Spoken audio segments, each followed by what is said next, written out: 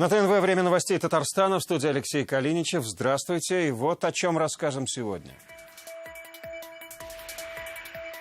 Платить или не платить? Вот в чем вопрос. Законопроектом предлагается перерасчет родительской платы за детский сад. Уменьшать родительскую плату, то эту плату кто-то должен будет компенсировать. Как депутаты ломали голову над тем, какой должна быть плата в детских садах? И что в итоге решили, расскажет Дмитрий Аринин. Почем нынче картофель? Ну, дорого.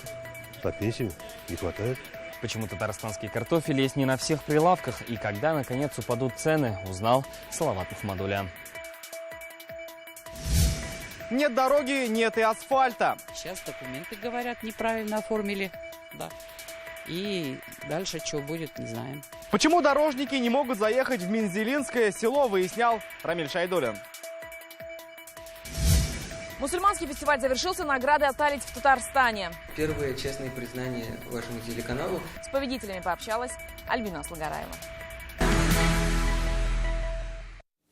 Обсуждение выдвижения на выборы Владимира Путина Дмитрий Песков сравнил с перебиранием политических четок. Так пресс-секретарь президента скептически отреагировал на публикации в СМИ о том, каким образом Владимир Путин сможет пойти на выборы в 2018-м. Одна из обсуждаемых версий – это в качестве самовыдвиженца. Песков в своем комментарии подчеркнул, забегать вперед никто не собирается. Сам глава государства 5 сентября отметил, что сейчас рано говорить о его участии или неучастии на выборах, и заверил, что сообщит об этом в положенный срок.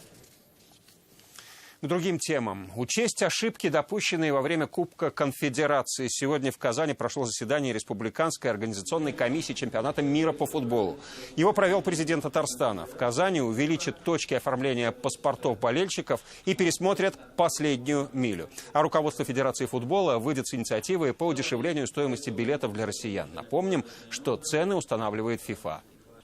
И должны расслабляться, должны все эти силовые места, которые присутствовали, может быть, не все заметили, они должны быть учтены. Сегодня мы уже вступили в фазу подготовки к Мундиалю. 10 октября мы здесь в Казани сыграем товарищеский матч сборной страны, она проведет с Ираном. В рамках этого дня мы здесь проведем вместе с Оргкомитетом России 2018 семинар для всех городов. Изменить или нет, вправе или не в силах. Сегодня в Госсовете более часа бурно обсуждали плату за детсад. Один из депутатов предложил законопроект, который позволил бы вычитать из родительских платежей деньги за дни, когда ребенок не посещал садик. Какова дальнейшая судьба предложения, узнал Дмитрий Аринин. Законопроектом предлагается перерасчет родительской платы за детский сад из расчета фактически оказанной услуги. Так, по словам Артема Прокофьева, он пытается удовлетворить требования родителей, которые к нему часто обращаются. Фактически плата за присмотр и уход, она оплачивается даже за неоказанную услугу. То есть даже если ребенок не ходит, то взимается плата. Однако на это предложение почти все депутаты ответили отказом. Тезисно их общее мнение сводится к тому, что республиканский закон не в силах изменить федеральное правовое поле, а по нему вопросы платы за детсад даны на откуп учредителей, то есть муниципалитетов.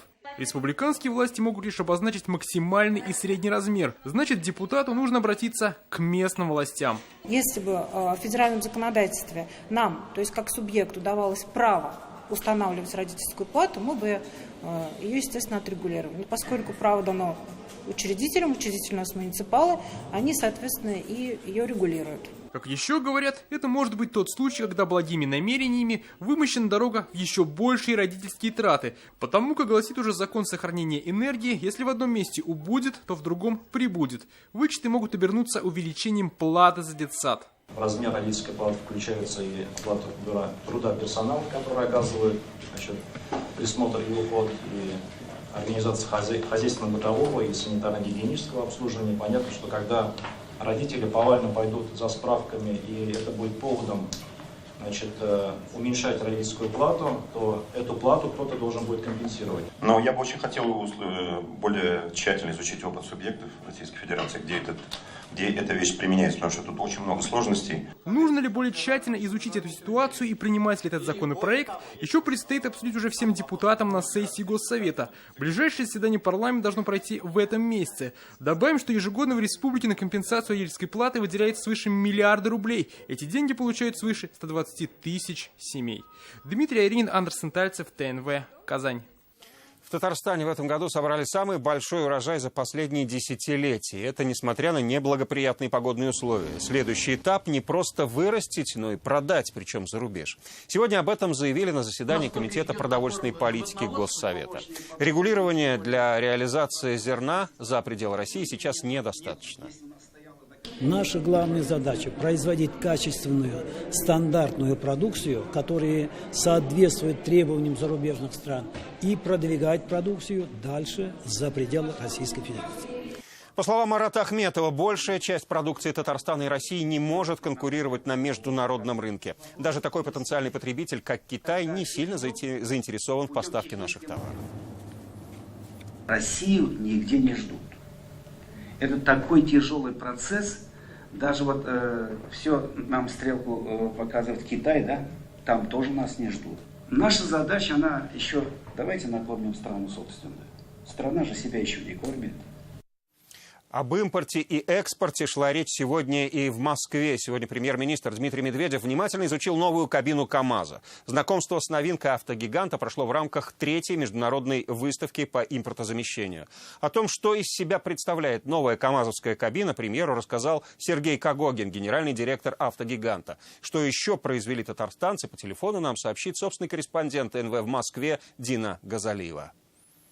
Широкомасштабные российские и международные выставки в Московской области идут нон-стоп. Стартовал деловой сезон, но выставка по товарам импортозамещения выделяется из общей массы. Здесь представляют те новинки, которые совсем скоро будут использоваться многими россиянами. Выставка 3-я по счету. В этом году наиболее интересная. Например, сегодня Дмитрию Медведеву презентовали новый российский телефон. А по линии автопрома главный ньюсмейкер КАМАЗ. Именно новая кабина татарстанского автогиганта привлекла всеобщее внимание. Дмитрий Медведев изучил панель приборов новой кабины грузовика. Внимательно осмотрел его и снаружи. В ближайшие годы эта модель будет запущена в серийное производство. Еще одним экспонатом выставки, который сегодня привлек общее внимание, стал уже известный камазовский электробус. Ход без подзарядки, у него 70 километров, и работать электробус может при очень низких температурах. Также от Татарстана сегодня были представлены интересные решения от специалистов Иннополиса, завода «Алабуговолокно». Приехали с новинками и сабинцы, демонстрировали механизмы для защиты окружающей среды. Экспонаты – канализационно-насосная станция и намоточный станок, который сейчас в данный момент производит намотку. При отличном урожае цены на овощи пока не дешевы. Крупные по 30, мелкие за 12. По таким ценам сейчас продают картофель на рынках и в гипермаркетах. На прилавках местного мало господствуют овощи Чувашии и Юга России. Когда ценники пойдут вниз, разбирался Салават Мухаммадуллин. Почем картофель у вас? По 30 рублей килограмм. Сколько? 30. А откуда картофель наш? Чувашии. Да. Татарстанского нет у вас? Нет. И такой ответ можно услышать от большинства продавцов на рынке. Ценник везде одинаковый, минимум 25 рублей. Среди россыпи чувашского картофеля за 6 пятаков скрылась ведерко за 15 рублей из Татарстана. Да и то картошка оказалась из личного огорода. Ну, дорого. На пенсию не хватает. По 30 рублей. Дороговато, конечно, для населения, но я думаю, выбор, наверное, будет еще и подешевле, просто еще сентябрь. Но это цены лишь на рынке. Население среднего возраста им все чаще предпочитают гипермаркеты. Мытый, фасованный, красный и просто картофель. Выбор в сетевом магазине примерно как на рынке. Правда, диапазон цен значительно выше. Вот, например, самый дорогой картофель из Кабардино-Балкарии примерно 36 рублей за килограмм. Чуть ниже цена за картофель из Ростовской области. Ну а все остальное – это плоды работ аграриев из Лаишевского района за 20 рублей. Почему нет местного картофеля, а все остальное такое дорогое? В Минсельхозе объясняют просто. К уборке зерновых приступили на 2 недели позже. В итоге отложилась уборка и второго хлеба. Сейчас она в разгаре. Порядка 600 гектар выкопано на сегодняшний день. Идут с урожайностью 215-218 центнеров цветного гектара. По прошлому году, если сравнивать, данный показатель в целом со всех площадей был порядка 190 центнеров. Исправлять ситуацию и возвращать пальму первенства за покупателей татарстанский картофель начнет уже с ближайшей субботы. 16 сентября в республике открываются первые осенние сельхозярмарки. Цены на них обещают на 20% ниже рыночных. Салават Мухаммадуллин, Рамзель Гарипов, ТНВ, Казань. Убрать кондиционеры с домов ради красоты города. С таким требованием выступили челнинские предприниматели. По их мнению, вентиляционные системы портят внешний облик. Однако, кто возместит челнинцам убытки по демонтажу и новой установке – вопрос отдельный. В нем разбирался наш корреспондент Сергей Хайдаров. Сделали дырку, все это наружу вывалили, пусть он там болтается на фасаде. У Павла Евдокимова теперь есть целый альбом с фотографиями фасадов челнинских домов. Назвал его «Ужасы нашего городка». Предприниматель считает кондиционеры, усеявшие здания Автограда, настоящей проблемой. Ведь все они установлены в разное время и по разному принципу, что портит внешний облик города. Это касается не только старых домов, но и новеньких многоэтажек. Красивые дома, они сдаются, они там под бой барабанов и музыку. Через год без слез на этот дом не поглядишь, то есть он весь обвешанный какими-то бородавками, какие-то трассы коммуникации через него там по фасаду вьются. Устанавливать в квартире кондиционер челнинцам никто не запрещает, но прежде жителю нужно согласовать это с руководством города. Предусмотрена ответственность в виде штрафа от 2 до 3,5 тысяч. С кондиционерами, которые портят внешний облик домов, борются не только в Челнах. Например, в Казани более чем на 100 улицах их устанавливать вовсе запретили. Сейчас на фасадах казанских домов можно увидеть огромное количество кондиционеров, хотя еще в преддверии универсиады управляющие компании обязали жителей центральных улиц их демонтировать. Вместо этого, чтобы избежать штрафа, было предложено перенести кондиционеры с одной стороны дома на другую. Однако, что делать тем, у кого окна не выходят во двор, неизвестно. Да, и не хочу, чтобы убирали. Он мне нужен. Жара такая в этих квартирах. Вы что, как терпеть летом? Вот сейчас строят новые дома, там уже вот эти кондиционеры встроены внутри дома. То есть они никому не мешают, закрытые. Многие жители требования демонтировать кондиционеры попросту игнорируют. Людей не пугают и денежные штрафы. Поэтому, видимо, нужно искать другие пути решения проблемы внешнего вида домов. Сергей Хайдаров, Ксения Антонова, ТНВ, Набережные Челны, Казань.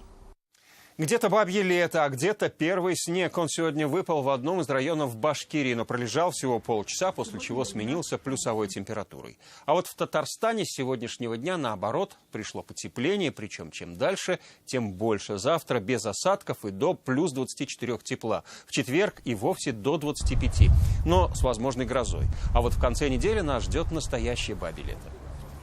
В пятницу и даже выходные дни осадки маловероятные, при этом температуры будут высокими, от 18 до 24 градусов тепла в дневные часы. По прогнозу Гидрометцентра России, вторая декада сентября ожидается очень теплой, примерно на 4 градуса выше нормы.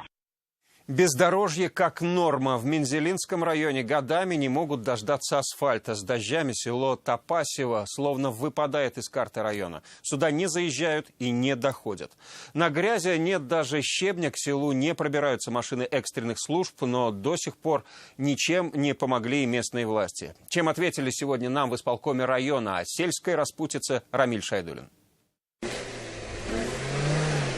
Сезон дождей в Топасево как приговор, и селянам и гостям въезд и выезд запрещены. Как бы не хотелось выбраться, не получается физически. Машины тонут и весной, и осенью. На асфальт ложились по программе самообложения, тогда в селе положили асфальт и щебень, только на улице Гагарина. Ни того, ни другого. Сейчас документы, говорят, неправильно оформили, да. И дальше что будет, не знаем. Почему одним все, а другим ничего, топасевцы искренне не понимают. В прошлом году власти обещали завести хотя бы щебень, но когда и на их улице ждали праздника, машины с камнем просто не проехали. Теплится ли теперь надежда на дорогу, мы спросили у исполкома. В настоящее время определены объемы работ, подготовлена проектная документация, и которая находится на согласовании в районном финансовом отделе для проведения аукциона. После аукциона примерно через 2-3 недели выяснится подрядчик, кто и покроет улицу асфальтом, но можно ли его класть в грязь, надежда на возвращение лета. Рамиль Шайдуллин, Ильшат Аюбов, Альберт Шафигуллин, ТНВ, Мензелинский район.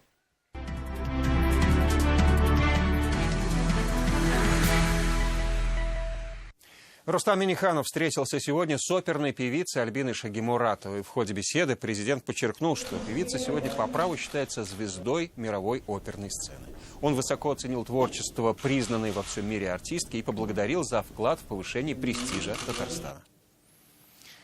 23 победителя, из них 7 из Татарстана. Таковы итоги фестиваля мусульманского кино. В этом году по традиции отличились Турция и Египет. Кроме того, фестиваль 2017 стал прорывом для республики. Короткометражные фильмы Татарстана поднялись на принципиально новый уровень. С их авторами пообщалась Альбина Салгараева. Конечно же, я ожидал, что мне дадут за лучший короткометражный фильм. Это ежу понятно, да? Но все пошло по другому сценарию. Ильшат Рахимбай стал обладателем специального приза президента республики за гуманизм в искусстве за фильм «Представь». Такие фестивали – это большая мотивация и поддержка молодых авторов, уверен Рахимбай. Ну и, конечно, своя порция признания. Есть такая поговорка у татар, там «Шик жерде султан булганче, уз жеринде ултан был», что в переводе означает «ты лучше будь на своей земле нормальным пацаном, чем на чужой земле царем». Короткометражка «Представь» единственная из Татарстана, которая попала в международную секцию.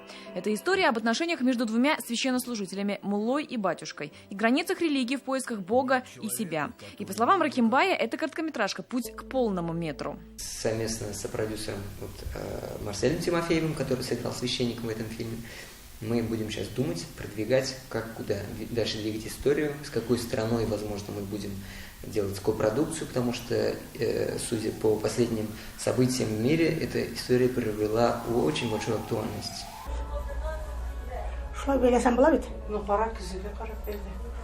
О великой женщине и великом искусстве. Фильм «Нажиба» стал победителем в номинации «Лучший национальный документальный фильм». Это история о народной артистке Татарстана и России Нажибе Ихсановой как символ возрождения национальной документалистики. Это фильм-биография Нажибы Ихсановой как есть, без прикрас. Это будет полезно молодежи, особенно тем, кто хочет связать свою жизнь с театром. Еще 5 работ от татарстанских режиссеров стали победителями фестиваля. Каждый отметил, что фестиваль стал прорывным как для организаторов, так и лично для каждого участника. Альбина Салгараева, Ильшат Мухаметов, ТНВ, Казань. Праздник студенчества и музыки 16 сентября на площадке перед Центром семьи Казан студенческим парадом пройдут более 10 тысяч казанских первокурсников. Подобный парад запланирован в 40 городах России. Так первокурсники из Казани, Волгограда, Грозного, Санкт-Петербурга, Москвы и других городов благодаря телемосту зачитают клятву первокурсников. В продолжении для всех гостей праздника выступят участники Всероссийского фестиваля музыки «Энергия рока». В этом году этот фестиваль впервые приобретет статус международного. Ну а хедлайнером концерта будет группа «Чечерина».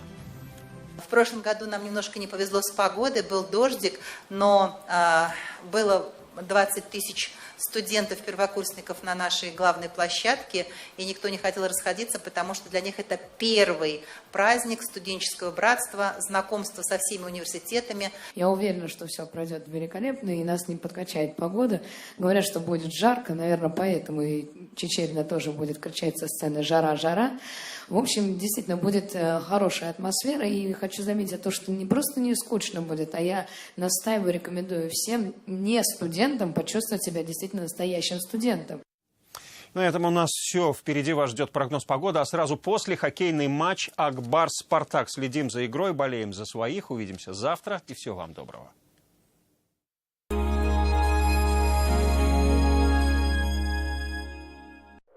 Шулай инде ул, яхшысы да яманы да бер-бер артлы килә.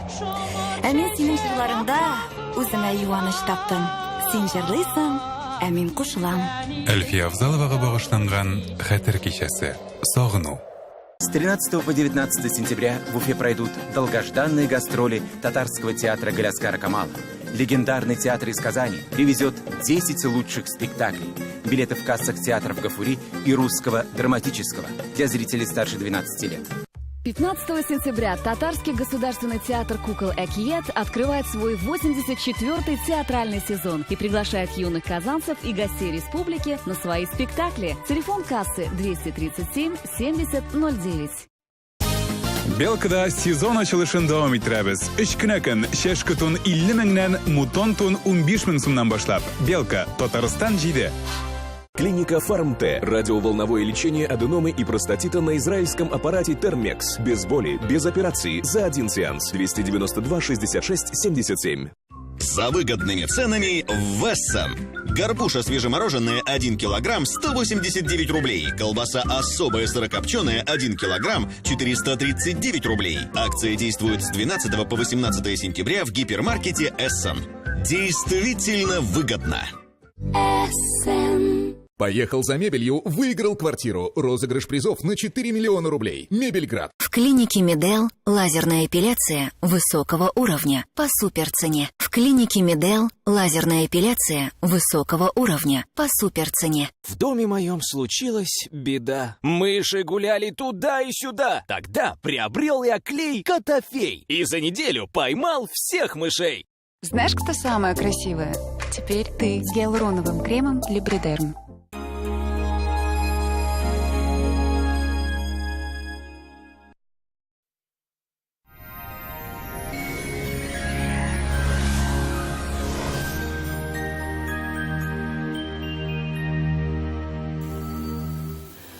Здравствуйте! Вы смотрите прогноз погоды на ТНВ.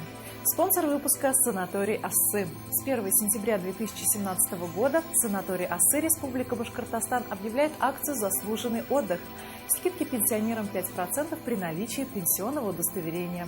Все подробности по телефону 8 906 100 ровно 30 50. С 1 сентября санаторий Ассы снижает цены до 20%. Также скидки для пенсионеров 5%. Все подробности по телефону 7 85 15. Код города 34 792. 8 906 100 30 50. Ну что ж, а теперь о погоде. В предстоящие сутки в Татарстан придет долгожданное бабье лето. Температуры повысятся, а осадки прекратятся. По данным Яндекс.Погоды, на юго-востоке республики будет малооблачно, без осадков. Ночью до 12 градусов тепла, днем температуры повысятся до 23 градусов выше 0. На северо-востоке переменная облачность, без осадков. Ночью плюс 11, днем плюс 23 градуса. На севере республики переменная облачность, осадки не ожидаются. Температура воздуха ночью составит плюс 8 градусов, днем же будет до 20 градусов выше 0. На северо-западе пасмурно, но без осадков. Ночью плюс 10, днем же плюс 23 градуса. На юго-западе республики малооблачно и сухо. Ночью будет до 10 градусов выше 0. Днем же температура повысится до плюс 26 градусов. В центральном районе республики ожидается малооблачная погода, без осадков. Ночью будет до 11 градусов тепла, днем же до плюс 24. В последующие сутки температурный фон существенно не изменится, но ожидаются осадки. Спонсор выпуска – изготовитель корпусной мебели на заказ «Данил Мастер». Быстро и качественно. Изготовим шкаф-купе по вашим размерам. 3D-проект шкафа, доставка и установка бесплатны. Только в сентябре назовите пароль «ДМ Мебель» и получите 25% дополнительной скидки на ваш шкаф-купе.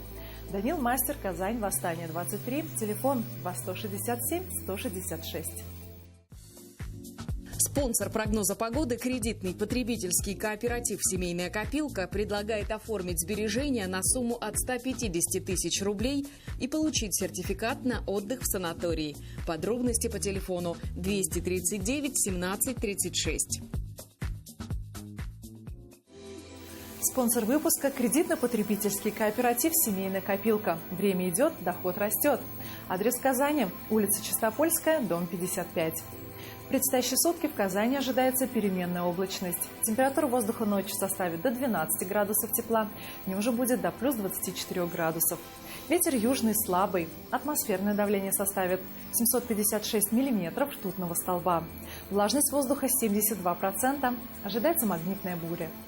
Клиника АВА Казань объявляет месяц здоровья. Только в сентябре прием терапевта плюс общий анализ крови, мочи и биохимический скрининг всего за 1990 рублей. Спешите, запись ограничена. Телефон в Казани 200 ровно 1065. Выгодное предложение от клиники АВА Казань. Весь сентябрь прием терапевта, общий анализ крови, мочи и биохимический анализ крови всего за 1990 рублей. 200 ровно 1065.